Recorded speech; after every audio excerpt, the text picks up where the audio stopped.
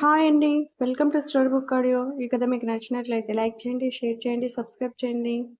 ముందు coffee తాగుదురా, tiffin చే తెస్తాను అని భువన వంటగదికి వచ్చి మనమరాలికి వేడివేడి ఇడ్లీ వేసి బయటికి వచ్చింది.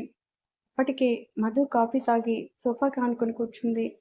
ఏంటో ఆ దేవుడు నీ తర్వాత ఇలా రాశాడు.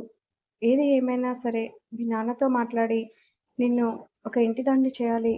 కనీసం అత్తింటి ప్రేమ అయినా నీకు దక్కాలి. వచ్చేవాడు నీ మనసుని అర్థం చేసుకుని నిన్ను బాగా చూసుకుంటే చాలు అనుకుని బాధపడింది.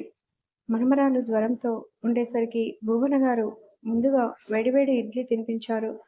ఫస్ట్ ఎయిడ్ బాక్స్ తెచ్చి ఫీవర్ టాబ్లెట్ వేసి కాచిన పాలు ఇవ్వగానే మధుకి నిద్ర వచ్చింది. నానమ్మ, ఏంటిరా, చాలా నిద్ర వస్తుంది, పడుకుంటాను.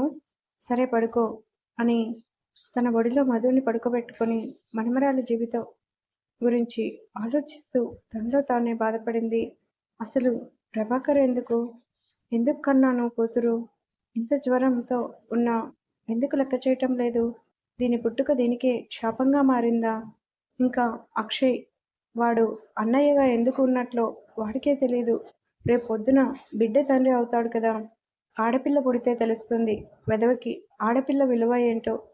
ఇటువంటి పరిస్థితుల్లో నా మనమరాల్ని చూస్తుంటే ఇంటికి వెళ్ళి ప్రభాకర్ని దులిపేయాలని ఉంది. కానీ మధుని నైట్ అంతా చీకటి గదిలో ఉంచుతాడు. నా కోపంతో దీన్ని బలి చేయలేను. రేపే వాడి దగ్గరికి వెళ్ళి మధుకి పెళ్లి చేయమని మాట్లాడుతాను. ఇప్పుడు కానీ దీనికి కష్టాలు తప్పవు అనుకుంది భువన. గోడకి ఉన్న తల్లిదండ్రుల ఫోటోకి దండం పెట్టుకుని బయటికి వచ్చాడు అతను.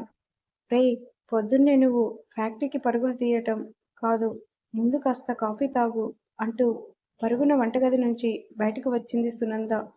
వెళ్ళకపోతే అక్కడ పనులు ఎవరు చేస్తారు? మీ అయ్య వచ్చి చేస్తారా పిన్ని? ముఖం సీరియస్గా పెట్టి అడిగాడు. రేయ్, నీకు బాగా నోరు ఎక్కువ అవుతుందిరా, చంపేస్తాను అంటూ అతని నెత్తిన ఒకటి వేసేలోపే ఆ మొటికాయ నెత్తిన పడకుండా తప్పించుకున్నాడు మనోడు. హలో మేడం గారు, హైట్ పెరగండి, అప్పుడు నాకు మొటికాయ వేద్దురు అంటూ పిన్నిని ఎక్కిరించి కాఫీ కప్ తీసుకొని సోఫాలో కూర్చున్నాడు. నానా విక్కీ అంటూ రూమ్ నుంచి బయటికి వచ్చారు జగదీష్. సునంద భర్త మన విక్కీకి బాబాయ్. ఏంటి బాబాయ్? రే, ఫ్యాక్టరీకి నేను వెళ్తాను, కానీ నువ్వు ముందు నేను చెప్పిన పని చేయాలి విక్కీ అని గారాబంగా పిలిచినప్పుడే నాకు అర్థమైంది ఏదో పని పురమాయిస్తావు అని. ఏంటి బాబాయ్? అది కాదురా, చెల్లిని కాలేజ్ దగ్గర. మన వల్ల కాదు బాబాయ్, ప్లీజ్. దాని ఫ్రెండ్స్ అందరూ నన్ను మామూలుగా చూడటం లేదు, చూపులతోనే నన్ను రేప్ చేస్తున్నారు. నాకు సిగ్గేస్తుంది బాబాయ్. కారు దిగటం పాపం. బెల్లం చుట్టూ ఈగలు చేరినట్టు నా చుట్టూ చేరుతారు. వాళ్ళ దగ్గర నుంచి తప్పించుకొని రావటానికి నాకు టైం పడుతుంది. ఈలోపు నా పని బో అవసరమా నాకు? ఖాళీ అయిన కాఫీ కప్ పక్కన పెట్టి పైకి లేచాడు. రే, నీకు తెలుసు కదా, ఈరోజు ఫ్యాక్టరీలో అందరికీ జీతాలు ఇవ్వాలి.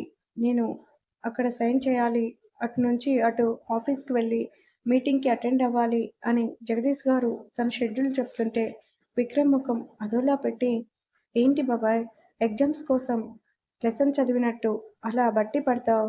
ప్లీజ్, నీ వర్క్ నువ్వు చేసుకో. చెల్లిని నేను కాలేజ్ దగ్గర డ్రాప్ చేస్తాను అని తల విదిలించుకున్నాడు.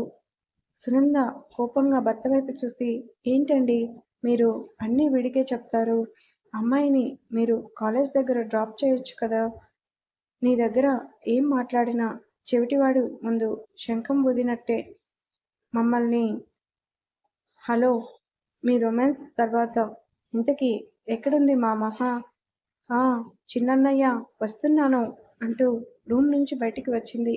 గ్రీన్ కలర్ చుడీదార్లో ఎంతో అందంగా ఉంది మహా. రా, టైం అవుతుంది కదా, నాకు బయట బోలెడు పనులున్నాయి. వస్తున్నాను చిన్నన్నయ్య, కదా, వెళ్ళొస్తాను. అమ్మ, బాయ్ డాడ్ అని ఇద్దరికి బయటికి వచ్చి కారు ఎక్కారు. ఏ బాబాయిని తీసుకొని వెళ్ళొచ్చు వెళ్ళమనొచ్చు కదే! నాతో ఎందుకు రావటం? నీకు తెలుసు కదా! నేను ఆఫీస్‌కి వెళ్ళాలి. ఫ్యాక్టరీ పనులన్నీ ఎవరు చూస్తారు? ఒక్క పూటకి నన్ను డ్రాప్ చేసినంత మాత్రాన ఏమి అరిగిపోవు అంటూ మూతి తిప్పుకుంది మహా. విక్రమ్ కారు వేగం పెంచుతూ కాలేజ్ అంతా బానే ఉందా? ఎవడైనా ఎక్స్ట్రాలు ఏమన్నా చేస్తున్నాడా? ఛ! అలాంటిదేమీ లేదు అన్నయ్య. నా వెనుక ఎవరు పడతారు? నీ గురించి తెలుసు కదా అందరికీ. ఏదైనా సరే మీ ఏదైనా సరే నా దగ్గర విషయం దాయకు సరేనా? సరే అన్నయ్య. నైట్ సినిమాకి వెళ్దామా? సరే తీసుకుని వెళ్తాను. థాంక్స్ అన్నయ్య. కాలేజీ రావటంతో నవ్వుతూ విక్రమ్ వైపు చూసింది మహా. అప్పటికే మహా ఫ్రెండ్స్ అందరూ బయటే ఉన్నారు. ష్! ఈ టార్చర్ ఏంటి నాకు? ఫాలోయింగ్ బాబూ! తమరి అందం అలాంటిది కదా! ఏమనుకుంటున్నావ్? విక్కీ ఇక్కడ మనతో మామూలుగా ఉండదు అని కావాలనే కారు దిగాడు అంతే. మహా ఫ్రెండ్స్ అందరూ విక్కీని చుట్టేశారు.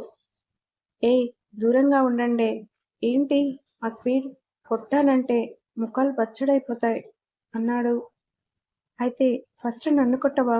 అంటూ ముందుకు వచ్చింది మహా ఫ్రెండ్ గీత. సరే దా అని ముందుకు అడుగు వేశాడు. గీత భయంగా వెనక్కి అడుగు వేసి నేను ఏదో సరదాగా అన్నాను విక్రమ్ గారు.